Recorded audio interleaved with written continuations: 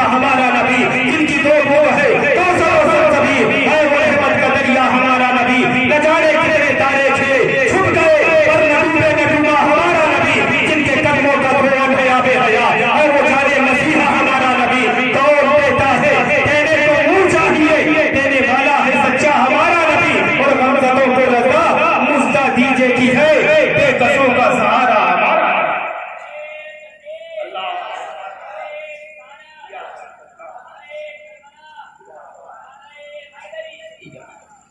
حضرات محترم، تو ان باتوں پر آپ خاص کر عمل کرنے کی کوشش کریں۔ آپ حسینی ہیں تو سب سے پہلے آپ نمازوں کے کام کریں، سب سے پہلا عمل یہی ہے آپ کی زندگی میں، اور جب آپ نمازوں کے پابند کرتے ہوئے اس پہ عمل کرتے ہوئے آپ محفل رسول میں آئیں گے، ذکر حسین میں آئیں گے، تو پھر کہا یہ جاتا ہے کہ اللہ تبارک و تعالیٰ آپ کے ہر عمل کو اپنی بارگاہ میں قبول فرمائے۔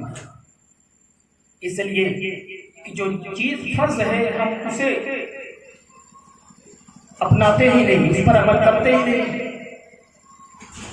اب کچھ لوگ ہفتے میں ایک مرتبہ جاتے ہیں نماز جمعہ ادا کرنے، اور ادا کرنے کے بعد 2 ہی رکعت پڑھتے ہیں، اس کے بعد مسجد سے باہر۔ اب آپ سوچیے، آپ جو وہ 10 منٹ کا وقت بچا رہے ہیں اپنے لیے، جس میں آپ کو سنت موقدہ ادا کرنا ہے، اور جب آپ سنت موقدہ چھوڑیں گے تو پھر آپ گنہگار ہوں گے۔ وہ 10 منٹ کا وقت جو آپ بچا رہے ہیں اس میں کیا کر لیں گے؟ آپ 2 رکعت نماز پڑھ کے باہر چلے جاتے ہیں۔ آپ گئے ہیں نماز جمعہ ادا کرنے تو آپ پوری نماز پڑھ کر جائیے، اور ہو سکے امام الانبیاء پہ صلاۃ و سلام پڑھ کر آپ جائیے اپنے گھر۔ اس لیے کہ اللہ تعالیٰ کا فرمان عالی شان ہے، وَلَوْ أَنَّهُمْ إِذْ ظَلَمُوا أَنفُسَهُمْ جَاءُوكَ فَاسْتَغْفَرُوا اللَّهَ وَاسْتَغْفَرَ لَهُمُ الرَّسُولُ لَوَجَدُوا اللَّهَ تَوَّابًا رَحِيمًا۔ صاف طور پہ یہ فرمان ہے، وَلَوْ أَنَّهُمْ إِذْ ظَلَمُوا، جب تم اپنے نفس پر ظلم کرو، جاؤ میرے محبوب کی بارگاہ میں جاؤ۔ کچھ لوگ کہہ دیتے ہیں قبروں پہ جانا شرک ہے۔ اگر شرک ہے تو اللہ تعالیٰ کیوں فرما رہا ہے کہ میرے محبوب کی بارگاہ میں جاؤ، میرے محبوب کی بارگاہ میں جاؤ۔ اور یہ جو فرمان ہے نا قرآن کا، یہ 1-2 لمحے کے لیے نہیں ہے، سال بھر کے لیے نہیں ہے، 2 سال کے لیے، قیامت تک کے لیے ہے۔ حضور دنیا میں ہے تو بھی جاؤ، حضور دنیا سے پردہ فرما گئے تو بھی ان کی بارگاہ میں جاؤ۔ کہاں جاؤ گے ان کی بارگاہ میں؟ قبر انور پہ جاؤ تو ان کی بارگاہ میں جاؤ، فاستغفر اللہ، اور اللہ سے مغفرت چاہو، واستغفر لہم الرسول، اور اگر رسول تمہاری مغفرت کر دے تو پھر اللہ تعالیٰ ہے، اللہ بخشنے والا ہے۔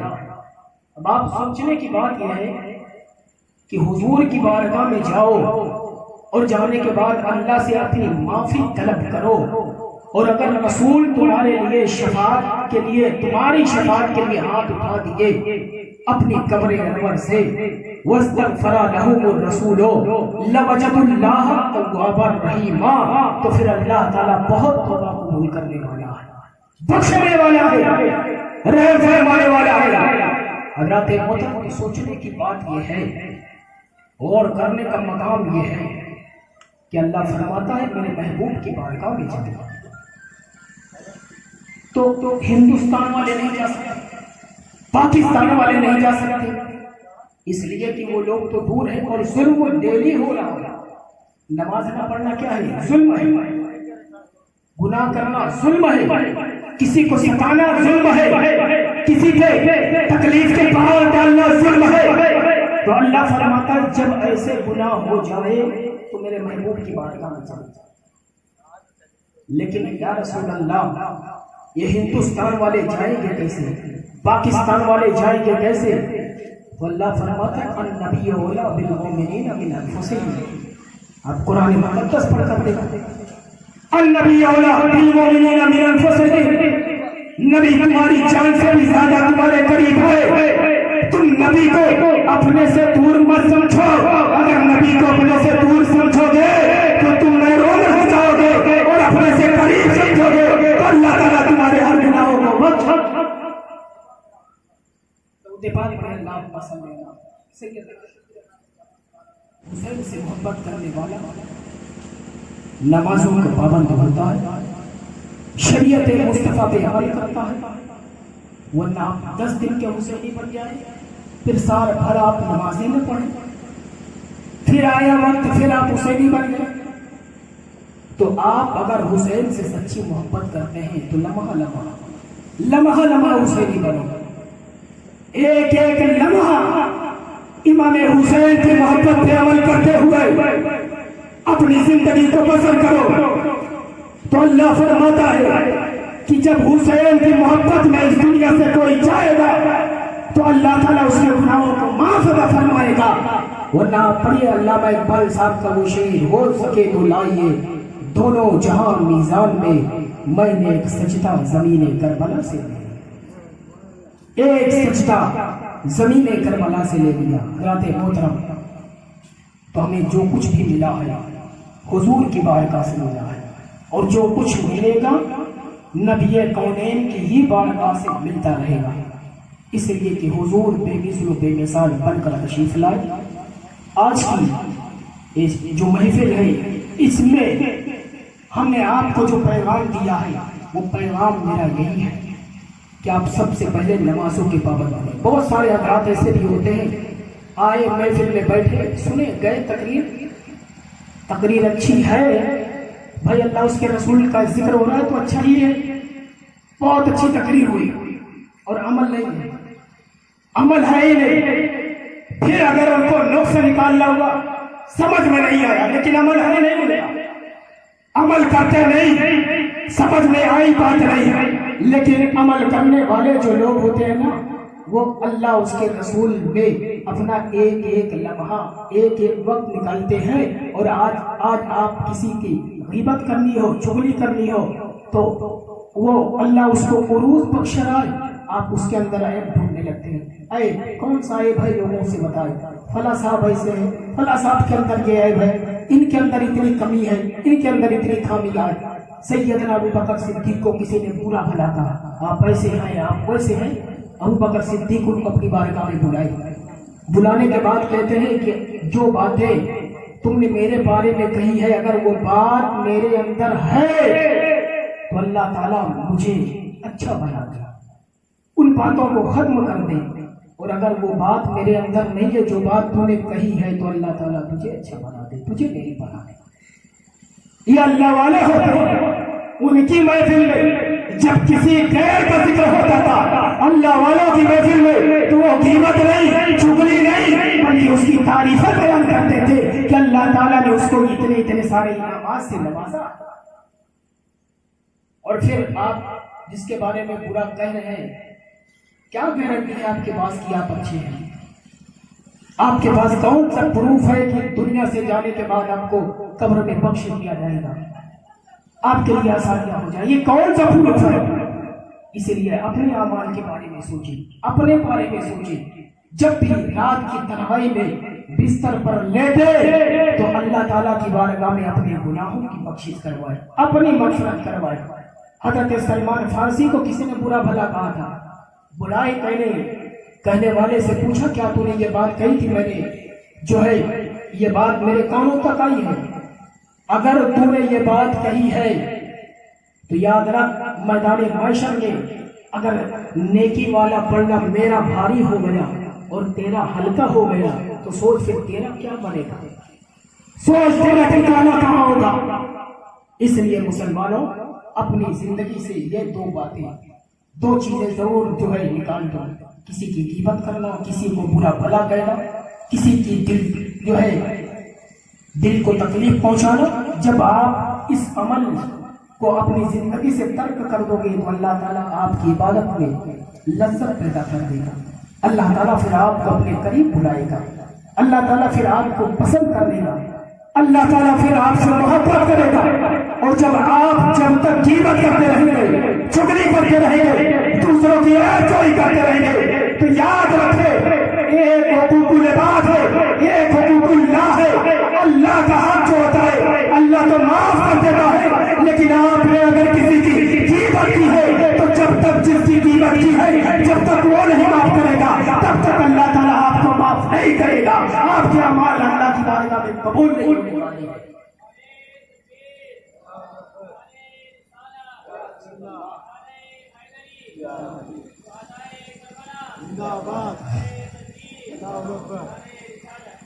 حضرات محترم، تو یہ محفل جس میں ہم اور آپ شرکت کی شہادت کی ہے، انشاءاللہ تبارک و تعالی کل کے آنے والے پروگرام میں آپ حضرات کے سامنے سب سے پہلے شہید کسے کہا جاتا ہے، شہادت ہوتی کیا ہے، اس کے بعد اپنے نبی کے حیات طیبہ اور سیدنا ابو بکر صدیق رضی اللہ تعالیٰ عنہ کے ذکر و اذکار، پہلے خلیفہ جو سیدنا ابو بکر صدیق رضی اللہ تعالیٰ عنہ ہے ان کا ذکر ہوگا، اور پھر اس کے بعد دوسری تاریخ آئے گی تو حضرت عمر فاروق اعظم کا ذکر، تیسری تاریخ آئے گی حضرت عثمان ذو النورین، چوتھی تاریخ آئے گی حضرت مولا علی، پانچویں تاریخ آئے گی فضائل اہل مصطفیٰ، اور چھٹویں تاریخ آئے گی تو پھر آپ کو میدان کربلا کا وہ سفر جو امام حسین نے اپنے بچوں کے ساتھ مدینہ چھوڑا، مدینہ چھوڑنے کے بعد مکہ آئے، مکے سے پھر کربلا کے لیے میرے آقا حسین روانہ ہوئے۔ انشاءاللہ تبارک و تعالی آنے والی گفتگو میں ان ساری باتوں کا ذکر ہوگا، لیکن مؤدبانہ میں یہی گزارش کروں گا کہ آپ اگر محفل رسول، محفل حسین میں آؤ تو سب سے پہلے یہ پختہ ارادہ کر کے آؤ کہ جو بات ہمیں بتائی جائے گی اس پر عمل کرنے کی کوشش کروں گا، سب سے پہلے یہ ارادہ لے کر آؤ، اور جب تمہارا ارادہ نہیں ہوگا تو اللہ تعالیٰ پھر تمہارے لیے آسانیاں پیدا کر دے گا۔ حضرت عمار بن یاسر، آج ہم اپنے بچوں کو دین کی تعلیم نہیں دیتے، یہ بچے بڑے ہو جاتے ہیں قرآن پڑھنا نہیں آتا، آپ دین مصطفیٰ ان کو نہیں سکھاتے، اور ہر گھر سے، میں یہ کہتا ہوں ہر گھر سے تعلیم دین پیدا ہونا چاہیے، ہر گھر سے، تاکہ آپ کو کسی اور کے گھر پہ جانے کی ضرورت نہ پڑے، وقت آنے پہ آپ کا بچہ آپ کے لیے امام پڑھے، وقت آنے پہ آپ کا بچہ آپ کے لیے فاتحہ پڑھے۔ آپ اپنے بچوں کو دین کی تعلیم ضرور دیں تاکہ آپ دنیا میں بھی کامیاب رہیں، آخرت میں بھی کامیاب رہیں۔